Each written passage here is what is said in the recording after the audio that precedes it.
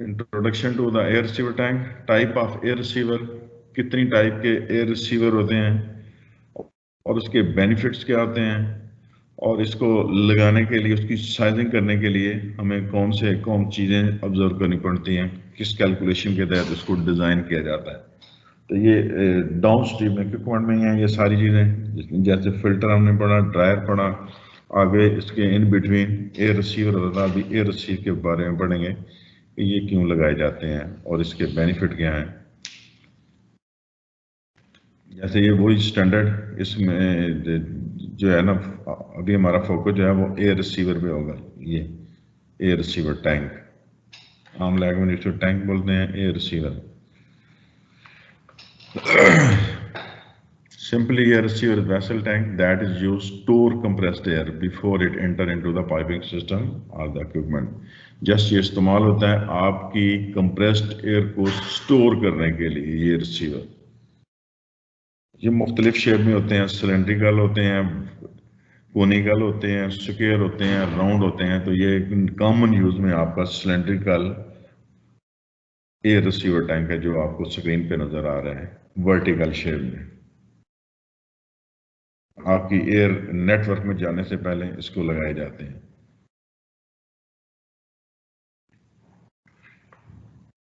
Air receiver को properly size किया जाए तो आपको ये क्वालिटी को इम्प्रूव करने में और कंप्रेसर की स्टेबिलिटी को मेंटेन करने के लिए इसको अगर प्रॉपर साइजिंग की हुई है एज पर द कंप्रेसर, आपके पास कंप्रेसर सपोज 100 CFM का लगा हुआ है, तो 100 CFM के साथ जो मैच करता है जिस साइज का ड्रायर, तो वो अगर साइज किया हुआ तो ये आपके उसकी कंप्रेसर की स्टेबिलिटी को और उसकी कंप्रेस्ड एयर की क्वालिटी को मेंटेन करने के होते हैं। और उसके बाद स्पेशली कहता है कि कंप्रेस्ड स्क्रू कंप्रेसर जहाँ लगे हुए हैं उसकी इसमें बहुत ज़्यादा इम्पॉर्टेंट है, क्योंकि उसने लोड ऑफ लोड अगर होना है तो कुछ एनर्जी स्टोर करेगा इस रिसीवर टैंक में, देन वो लोड ऑफ लोड मोड में जाएगा। अगर कंटिन्यू चलता रहेगा उसमें आपकी स्टेबिलिटी जो है डिस्टर्ब होगी, क्योंकि आगे जो जो आपकी एंड यूजिंग मशीन है जो एयर से चलती है उसका कभी कभी ऐसे भी होता है पीक आवर में वो ठक से 10 लीटर पर मिनट पे अगर डिज़ाइन है तो इनिशियल जब स्टार्ट लेती है इट्स मीन कि वो 20 लीटर यकदम रिक्वायर्ड जब करती है, तो उसमें आपके पास स्टेबिलिटी मेंटेन नहीं होती उस एयर की। तो ये अगर टैंक लगे हुए हैं उसमें स्टोरेज लगी हुई होती है तो ये उसको फ्लो को स्टेबल करते हैं। इसमें प्राइमरी और सेकेंडरी दो किस्म के टैंक होते हैं। जो सबसे पहले लगा होता है उसको प्राइमरी, जो फर्दर आगे आउटलेट पे डाउन स्ट्रीम में चल जाता है उसको हम सेकेंडरी के तौर पे कहते हैं। मेनली ये रिसीवर टैंक जो है दो क्लासेस में है, प्राइमरी में और सेकेंडरी में। आगे प्राइमरी में फर्दर दो टाइप की आपकी होती है, एक वेट रिसीवर टैंक और दूसरा आपका ड्राई रिसीवर टैंक। ये मेनली इसकी दो टाइप्स हैं, ठीक है। प्राइमरी सेकेंडरी, प्राइमरी फर्दर सब क्लासेस में आपका वेट और ड्राई।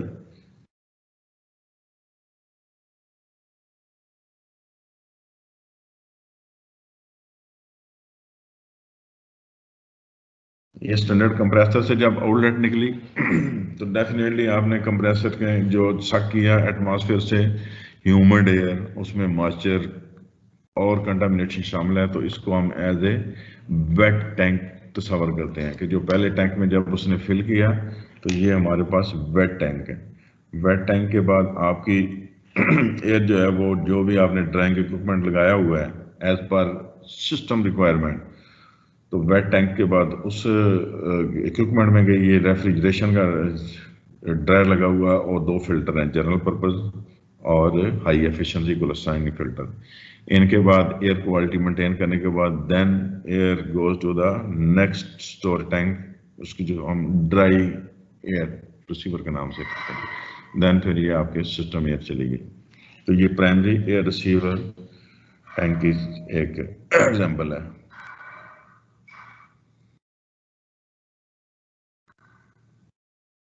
और ये अमूमन अमूमन जो है ना, यहाँ पे कंप्रेसर लगा होता है उसके नियर बाई जो है ना वो उसको स्टोर किया जाता है प्राइमरी रिसीवर टैंक को।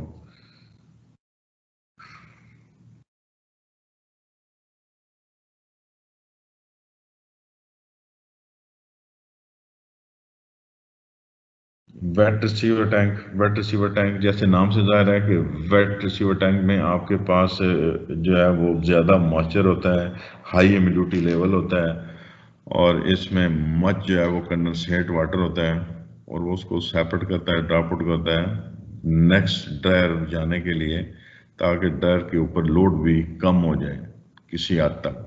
क्योंकि ड्रायर जो है उसने बेसिकली आपका मॉइस्चर ही जो है ना वो ऑब्जॉर्व करना है, सेपरेट करना है ड्यू पॉइंट मेंटेन करने के लिए।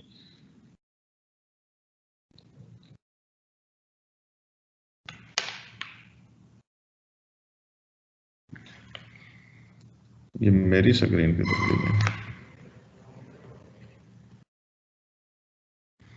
नजर आ रही है आपकी। तो ये वेट रिसीवर जो टैंक है, इसमें आपके पास मोर ह्यूमिड एयर जब दाखिल होती है तो मच कंडेंसेट होता है, उस कंडेंसेट को ड्रॉप आउट कर दिया नेक्स्ट ड्रायर में जाने से पहले, ताकि ड्रायर के ऊपर भी अल्टीमेटली लोड कम हो जाए।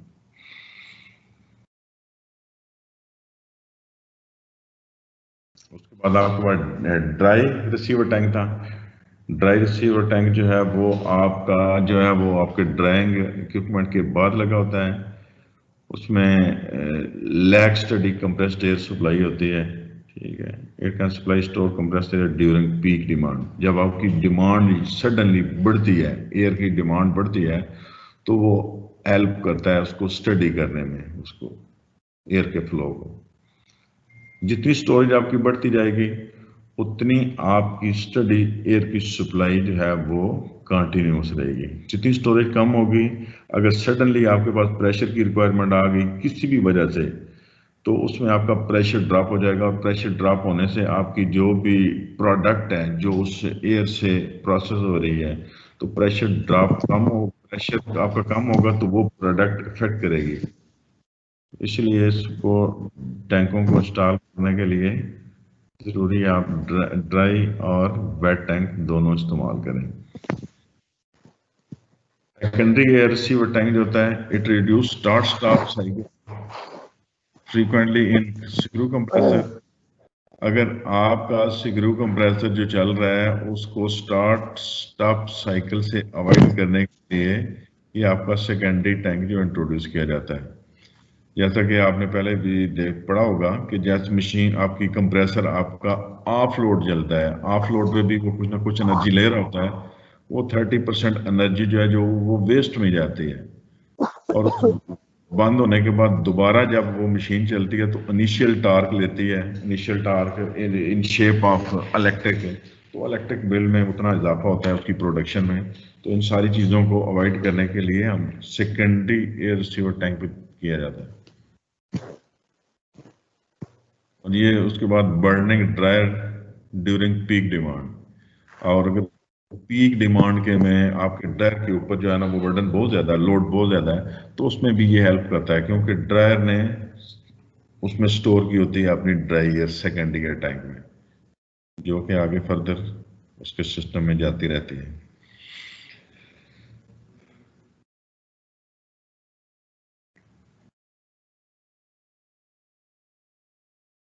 ये छोटी छोटी आपके पास पिक्स जो है ना ये नज़र आ रही हैं, ये मुख्तलिफ किस्म के ड्रायर सेकेंडरी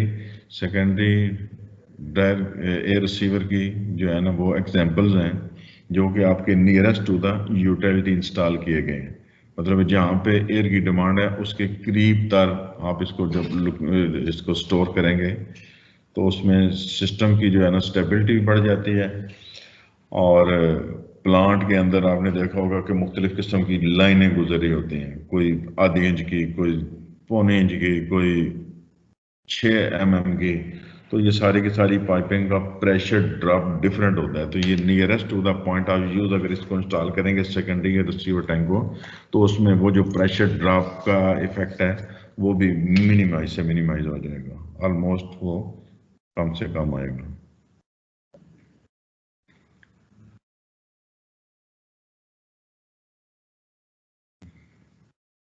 आगे हम sizing of air receiver tank, इसको साइज के बारे में पढ़ेंगे कि हमने जो एयर रिसीवर टैंक अभी पढ़े हैं वेट एंड ड्राई, उसको साइज करने के लिए कि किस कैपेसिटी का जो टैंक है वो उसको हम इंस्टॉल कर सकते हैं।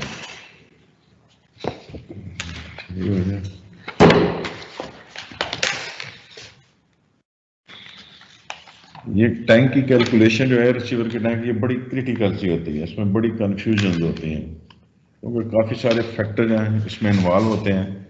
तो इसमें काफ़ी सोच विचार के बाद एक लमसम जो है ना वो फिगर जो है ना वो पॉइंट आउट होती है कि इस साइज का आप टैंक जो है इंस्टॉल कर दें इस कंप्रेसर के साथ। तो हमारी ट्राई होगी कि हम भी इसको इसी तरह कैलकुलेट करें कि जो लिमिट्स दी गई हैं उसके मुताबिक ही उसकी साइजिंग जो है वो की जाए।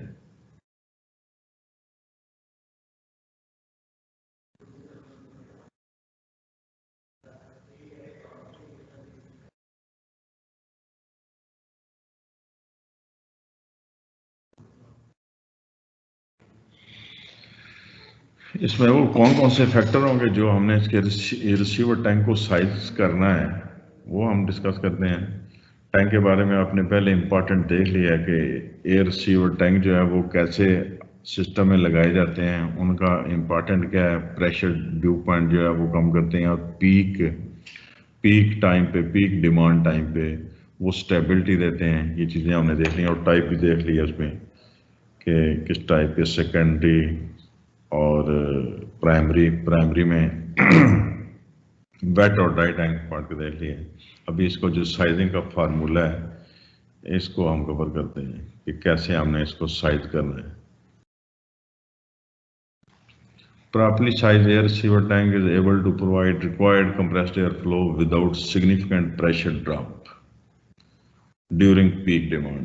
मेनली यही चीज होती है कि आपने पीक डिमांड पे प्रेशर ड्रॉप नहीं होने देना, प्रेशर ड्रॉप नहीं होने देना। सपोज कि पॉइंट ऑफ यूज आपका कंप्रेसर रूम से पॉइंट ऑफ यूज में भी आपका कोई 200 मीटर जो है ना वो अवे हो, तो वहाँ पे जो प्रेशर पहुंच रहा है, सपोज के 8 बार हमने कंप्रेसर पे सेट किया हुआ, तो 8 बार टैंक पे भी प्रेशर है, तो वहाँ पे जब पहुंचता है तो वो जो भी फिल्ट्रेशन ऐड है डेल्टा पी उसमें क्रिएट होते होते 0.5 डेल्टा है, तो 0.5 मीन 8.5 प्रेशर हम इधर मेंटेन करेंगे और पॉइंट ऑफ यूज पे हम 8 बार प्रेशर रिक्वायर्ड होगा उधर पहुंचाएंगे।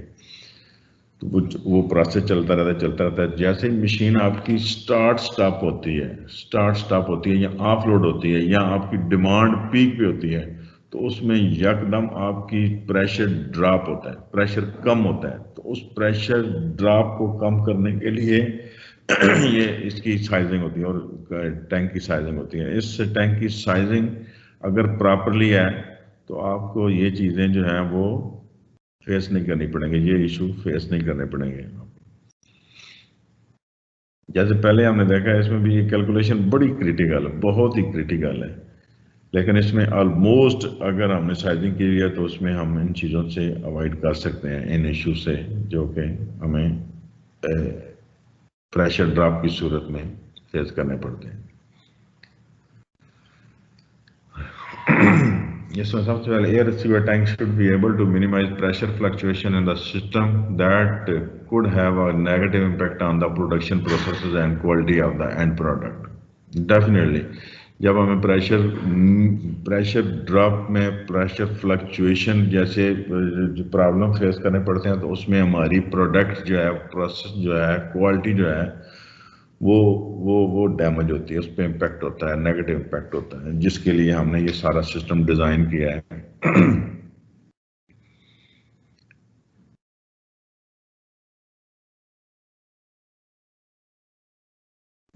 Peak compressed air demand that the compressor can't meet. मतलब पीक डिमांड में जो हमने कंप्रेसर लगाया हुआ वो मीट नहीं करता, तो उसको मीट करने के लिए हमने ये स्टोरेज जो है वो एक लगाते हैं।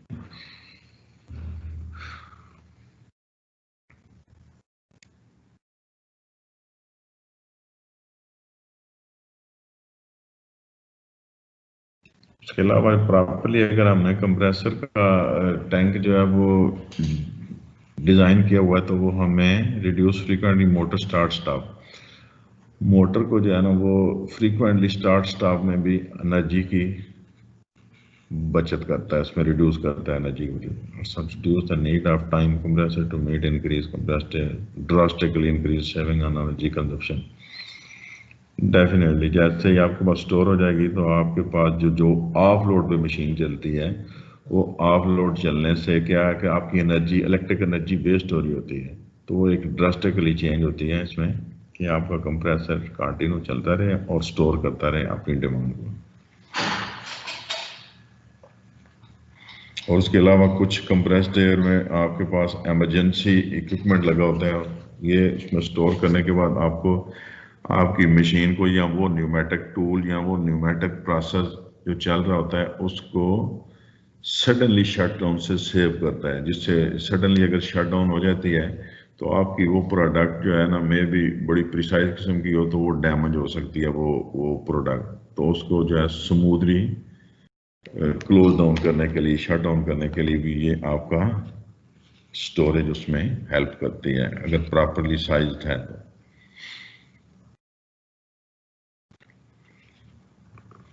जैसे आपके पास कंप्रेसर का अगर आपने टैंक को साइज करना है तो पहली चीज़ है कि आपके पास कंप्रेसर की जो कैपेबिलिटी है, अगर सपोज 12 बार की है, 12 बार की है और जो टैंक आप उसके लिए सजेस्ट कर रहे हैं, अमूमन इसमें लिखा हुआ कि 12 बार की मशीन है तो हम उसको ऑपरेट कर रहे होते हैं 7 से 8 बार, 7 से 8 बार।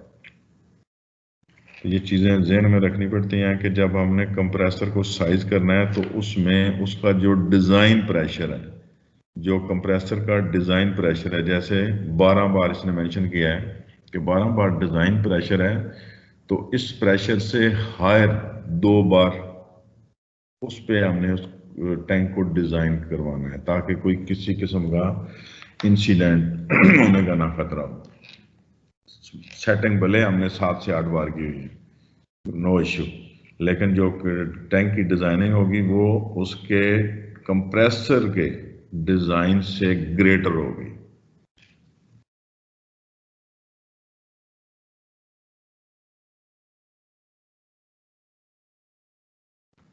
ये receiver maximum pressure should be size according to the design pressure of the air compressor. ये बड़ी इंपॉर्टेंट है कि हमने जो कंप्रेसर जो सोर्स रखी हुई है एयर प्रेशर प्रोड्यूस करने के लिए, उसमें जितनी एबिलिटी है उससे ज़्यादा जो है प्रेशर,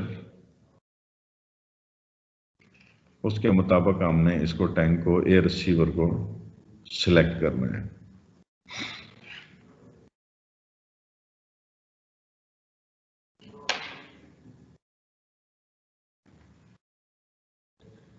जैसे इसने बोला है कि deliver compressor 8 bar maximum, then air receiver minimum pressure rating should be 10 बार।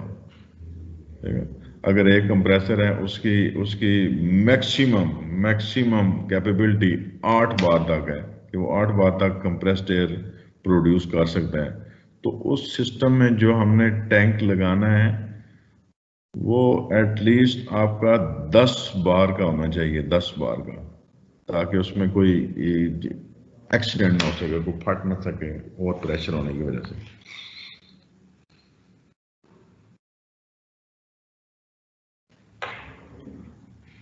फिर एयर टैंक के ऊपर एक सेफ्टी वाल इंस्टॉल होता है। ये इक्विप्ड होता है कि अगर 12 बार की मशीन है आपके पास, एयर कंप्रेसर जो है वो 12 बार का है, तो air receiver tank with safety valve to relieve pressure from tank in case of reaches its maximum design pressure. अगर आपके मैक्सिमम डिज़ाइन प्रेशर से किसी भी वजह से प्रेशर एक्सीड करता है, वैसे तो आजकल जितने भी कंप्रेसर आ रहे हैं स्पेशली नई टेक्नोलॉजी में, तो उसके अंदर इलेक्ट्रॉनिक सेफ्टी भी होती है कि अगर 10 बार की मशीन है तो 10 बार से प्रेशर ऊपर जाए तो वो इलेक्ट्रॉनिकली मोटर को या उस कंप्रेसर को शट डाउन करवा सके। उसके बाद second safety with in compressor safety वाल लगा होता है उसके रिक्लेमर पर, उसके आयर रिजर्वायर के ऊपर, जो अवॉइड करता है कि ओवर प्रेशर होने से कोई एक्सीडेंट ना हो, कोई डैमेजेस ना हो, वो ब्लो कर जाता है। लेकिन फर्दर मोर आपके पास जो एयर रिसीवर टैंक जो साइज कर रहे हैं उसके ऊपर आपने एक और सेफ्टी वाल इंस्टॉल करना है। एक सेफ्टी वाल इंस्टॉल करना है जो कि कंप्रेसर के डिजाइन प्रेशर से एटलीस्ट 2 बार ऊपर हो, ताकि किसी वजह से अगर वो इलेक्ट्रॉनिक सेफ्टी उसकी काम नहीं कर रही कंप्रेसर की, उसके अंदर उसकी मैकेनिकल सेफ्टी काम नहीं कर रही, तो ये एक स्टोरेज है। ये एक कंपाइल ASME के तहत आपने इसको लगाना ही लगाना है सेफ्टी वाल को, ताकि अगर किसी वजह से प्रेशर बढ़ता है तो बजाय वो फटने के वो आपका जो है ना सेफ्टी वाल ब्लॉक आ जाए।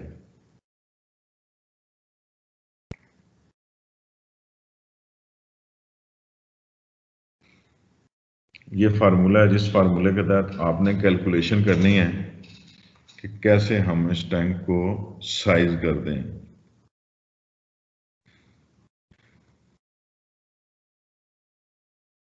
इसमें V जो है वो वॉल्यूम है, V वॉल्यूम है, और T टाइम है, कितने टाइम में वो उस टैंक को फिल करता है, और C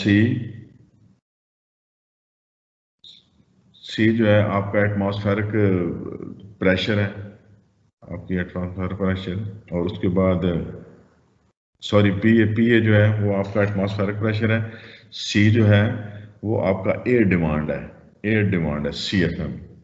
C जो है एयर डिमांड है आपकी, कि कंप्रेसर कितनी जो है एयर फिल कर रहा है उस टैंक में, और उसके बाद ओवर जो है ना P1 P2 आपका मिनिमम से मैक्सिमम प्रेशर का डिफरेंस है, कि उस टैंक में हम कितनी मिनिमम और मैक्सिमम एयर फिल कर रहे हैं। फर्दर मोर आप देखें V जो है उसको आपने रिसीवर टैंक का वॉल्यूम जो है वो निकालना है, क्यूब फीट में आएगा। P1 इनिशियल रिसीवर प्रेशर है, यहाँ से इनिशियल प्रेशर जो है ना वो आना शुरू हो जाएगा, और फाइनल रिसीवर प्रेशर कितने बार तक हमने PSI, इसमें बार नहीं इसमें PSI, कितने PSI तो तक फिल करना है, ये इन दोनों का जो डिफरेंस है वो आएगा। और P एटमॉस्फेरिक प्रेशर नॉर्मली 14.5 पे हम लोग गए हैं, हमारा अल्टीट्यूड जिस पे है वो 14.5 PSI सर मेरा एटमॉस्फेरिक। क्वेश्चन है, जी जी, ये टैंक जैसे खाली होता जाएगा उसका प्रेशर कम नहीं होता जाएगा? डेफिनेटली कम होता जाएगा, तो वो बिल्कुल कम फिर होता है। कोई फीडबैक कंट्रोल लगा होगा जो कि ऑन कर होगा फीडबैक कंप्रेसर को? जो जो हमने पीछे कंप्रेसर के ऊपर 2 प्रेशर कट इन और कट आउट सेट किए होते हैं। सपोज कि अभी हमने एक पे कट इन प्रेशर जो है वो 100 PSI किया हुआ है, 100 PSI किया हुआ है, और P2 जो फाइनल प्रेशर है कंप्रेसर का वो हमने किया हुआ है 120 PSI। 120 पे जाके कंप्रेसर आपका ऑफ लोड हो जाएगा, और 100 पे जाके जब प्रेशर आगे इस्तेमाल हो रहा है, जैसे आप कह रहे हैं कि प्रेशर नीचे आगे इस्तेमाल होगा, बिल्कुल होता है ऐसे ही। तो जैसे प्रेशर आपका 100 PSI पे आएगा, दोबारा अगेन मशीन जो है वो लोड पे आ जाएगी, उसको फिल करना शुरू कर देगी, फिल करना शुरू कर देगी। ठीक। तो इस फार्मूले के तहत आपने इसको टैंक के वॉल्यूम को जो है ना वो क्या कहते हैं कि कैलकुलेट कर सकते हैं। जिसमें आगे वैसे प्रैक्टिकल में एग्जांपल्स आएंगे, हम 2-3 एग्जांपल जो है ना वो सॉल्व आउट करवाएंगे आप स्टूडेंट से भी। आप इसको बड़ी केयर से लिख लें, या आपके पास अगर सॉफ्ट कॉपी है मुझे नहीं पता, तो आप भले इस फार्मूले को लिख लें। नेक्स्ट प्रैक्टिकल सेशन जो आएगा इससे अगला जो पीरियड होगा उसमें हमने ये अपने स्टूडेंट से करवाने एटलीस्ट 3 एग्जाम्पल करवानी है। इनपुट्स मैं दे दूंगा, उसके बाद आपने ये सारी चीज़ें इसके साथ कैलकुलेट करनी है, ठीक है। इसमें दोबारा देख लें इसको, अगर नहीं है आपके पास कापी तो आप भले लिख लें। ये जो अभी आप स्क्रीन आपके सामने शो हो रही है इसमें आप लिख सकते हैं कि V is equal to T into C into PA over difference between minimum pressure और मैक्सिमम प्रेशर P1 और P2।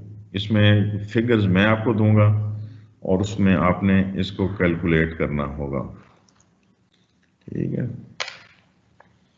कोई क्वेश्चंस हैं तो पूछ लेंगे, ये लिख लें, नोट डाउन कर लें।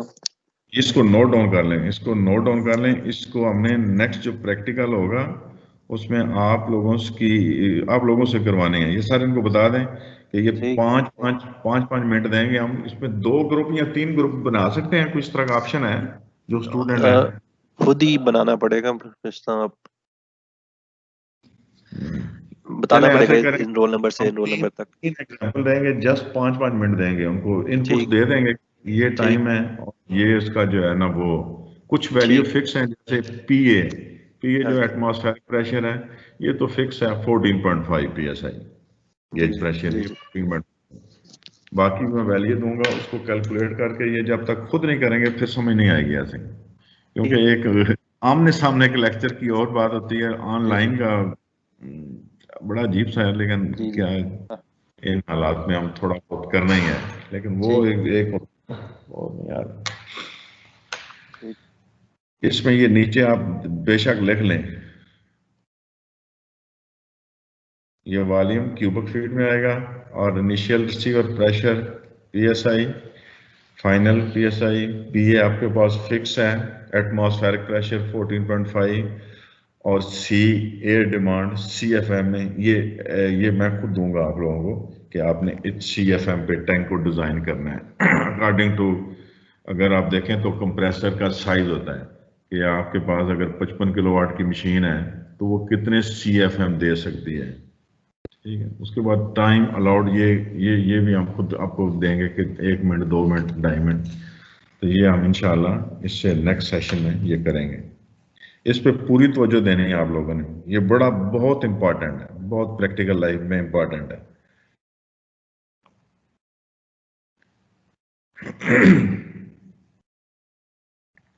उसके अलावा आपके पास ये टैंक की जो है वो अलाउेबल वर्किंग प्रेशर है कि जैसे हमने पहले बात की थी कि कंप्रेसर के एयर रिसीवर को साइज करने के लिए आपने प्रोडक्शन मशीन देखनी है, प्रोडक्शन कंप्रेसर जो उसके साथ लग रहा है उसमें कितनी कैपेबिलिटी है कि वो कहाँ तक प्रेशर बिल्ड कर सकता है, उससे ग्रेटर देन 2 बार, एटलीस्ट 2 बार उस पे आपने कंप्रेसर को टैंक को डिजाइन करवाना है, एयर रिसीवर टैंक को डिजाइन करवाना है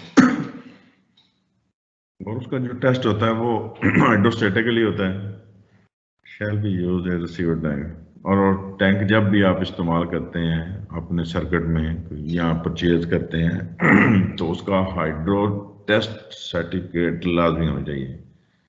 हाइड्रो टेस्ट का प्रोसीजर नेक्स्ट प्रैक्टिकल में मैं थोड़ा सा टच करूंगा कि कैसे करते हैं, लेकिन ये बहुत ज़रूरी होता है क्योंकि इतनी स्टोरेज, और अल्लाह ना करे किसी वजह से वो उसमें इंसिडेंट हो जाए, फट जाए या कोई और एक्सीडेंट हो तो काफ़ी नुकसान करता है। प्रैक्टिकल लाइफ में आपने भी सुना होगा, हमने भी देखे भी हैं, तो ये चीज़ें सारी एज पर स्टैंडर्ड अगर लगाई जाए तो फिर इस तरह के चांसेस नहीं होते, बिल्कुल इस तरह के चांस नहीं होते। Air tank and receiver should be equipped with inspection open, उसका इंस्पेक्शन डोर होता है, उसका एक टाइम फ्रेम है कि आप 3 साल के बाद इसको इंस्पेक्ट करवाएं, इसका टेस्ट करवाएं, देन जो है ना वो एलिजिबल होगा नेक्स्ट पीरियड के लिए। और जो टैंक 36 इंच डायर से बड़े होते हैं उनका मेन होल होता है, मेन होल के अंदर जाके बंदा इंस्पेक्ट कर लेता है। छोटे टैंकों की जस्ट इंस्पेक्शन विंडोज होती है, ये इसमें लाजमी होनी चाहिए। ऐसा ना हो कि आप कोई टैंक बनवाएं तो उसमें बिल्कुल सिलेंड्रिकल शेप पूरे का पूरा वेल्डेड हो, टॉप और बॉटम डिशेज लगी हो, तो कोई किसी किस्म की इंस्पेक्शन करने की एक्सेस ही ना हो। तो ये दोनों चीज़ें जो हैं उसमें मस्ट भी इंस्टॉल हो ताकि हम उसको इंस्पेक्ट कर सकें थ्रू मेन होल के बड़े साइज में, और छोटे जो है इंस्पेक्शन ओपनिंग हो जिसमें जस्ट जो है वो अंदर की जो है ना इंस्पेक्शन की जा सके कि क्या कुरेन कितने रेशो की है, उसमें जो है वो कोई और डैमेजेस तो नहीं है, ये सारी अकॉर्डिंग टू इसकी सेफ्टी हेल्थ के तहत।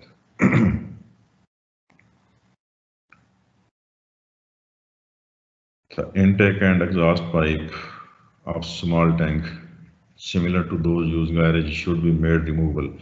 हाँ, छोटे टैंक जो हैं उसका जो इनलेट और आउटलेट की पाइपिंग है वो रिमूवेबल हो फॉर इंटीरियर इंस्पेक्शन। मतलब उसको रिमूव कर लिया, रिमूव करने के बाद उसको ज़मीन के ऊपर आगे पीछे रोटेट करके देख लिया क्या पोजीशन है इसकी इंटरनली और एक्सटर्नली। बड़े साइज का तो मेन होल उसने रिकमेंड कर दिया ना कि उसके साथ मेन होल के अंदर जाके बंदा उसकी इंस्पेक्शन करता है सारे, विजन। तो छोटे जो टैंक हैं उसके जो है वो इनलेट और आउटलेट जो है वो रिमूवेबल हो, ऐसा ना हो कि दोनों वो वेल्डेड कर दें, पाइप लगा पर वेल्ड कर दिया, आप फ्लाइन के साथ लगा दें ताकि at the time of inspection उसको रिमूव करके उसकी जो है वो थारोली इंस्पेक्शन की जा सके। और इसमें कोई किसी किस्म की किसी टैंक में कोई अल्ट्रेशन या मॉडिफिकेशन अनऑथराइज पर्सन ने नहीं करनी। इसकी भी काफ़ी सारी एग्जांपल हैं। कोई ऐसे वेल्डिंग कर रहा है टैंक के साथ कुछ स्टेप बना के कि ऊपर सेफ्टी वाल लगाना है, तो इधर ही जनाब दोनों स्टेप जो है वेल्ड कर दो। तो जब आप वेल्ड करेंगे तो डेफिनेटली उसकी स्ट्रेंथ कम होगी उस स्टील स्ट्रक्चर की, उस सिलेंडर की। तो जब वेल्डिंग इस्तेमाल होगी तो उसमें वीक हो गया, वीक होने के बाद आपके पास कोई एक्सक्यूज ही नहीं है, वो फट जाएगा। तो ये अनऑथराइज पर्सन इस तरह के कोई काम अल्ट्रेशन या मॉडिफिकेशन ना करते थे। जो बॉडीज हैं टेस्टिंग बॉडी वही इसके ऑथराइज होती है। Should be fitted with drain cock, definitely उसके नीचे भी ड्रेन वॉल लगा होता है जाके अंदर जो मॉइस्चर होता है उस बॉटम में वो उसको सेपरेट किया जा सके। Receiver automatic drain.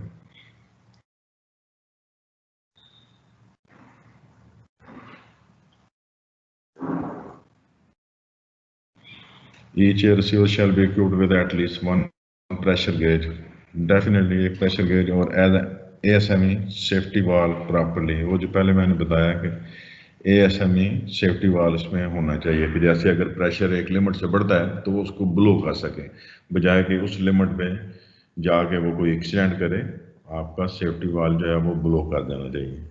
इसके स्टैंडर्ड ASME के साथ सेफ्टी वाल्व, ठीक है, qualified person permitted, normal standard. ठीक हो गया। इसमें कोई क्वेश्चन होगा तो आप बेशक राइट डाउन कर लें। अभी नेक्स्ट हम 10 मिनट के बाद दोबारा इकट्ठे होते हैं इसके लिए प्रैक्टिकल सेशन के साथ। उस प्रैक्टिकल में हमने उस फार्मूले के तहत आप लोगों से कैलकुलेशन करवानी है एटलीस्ट 2 या 3। ठीक है, थैंक यू। 10 मिनट के लिए 10:52 पे दोबारा हम इकट्ठे होते हैं।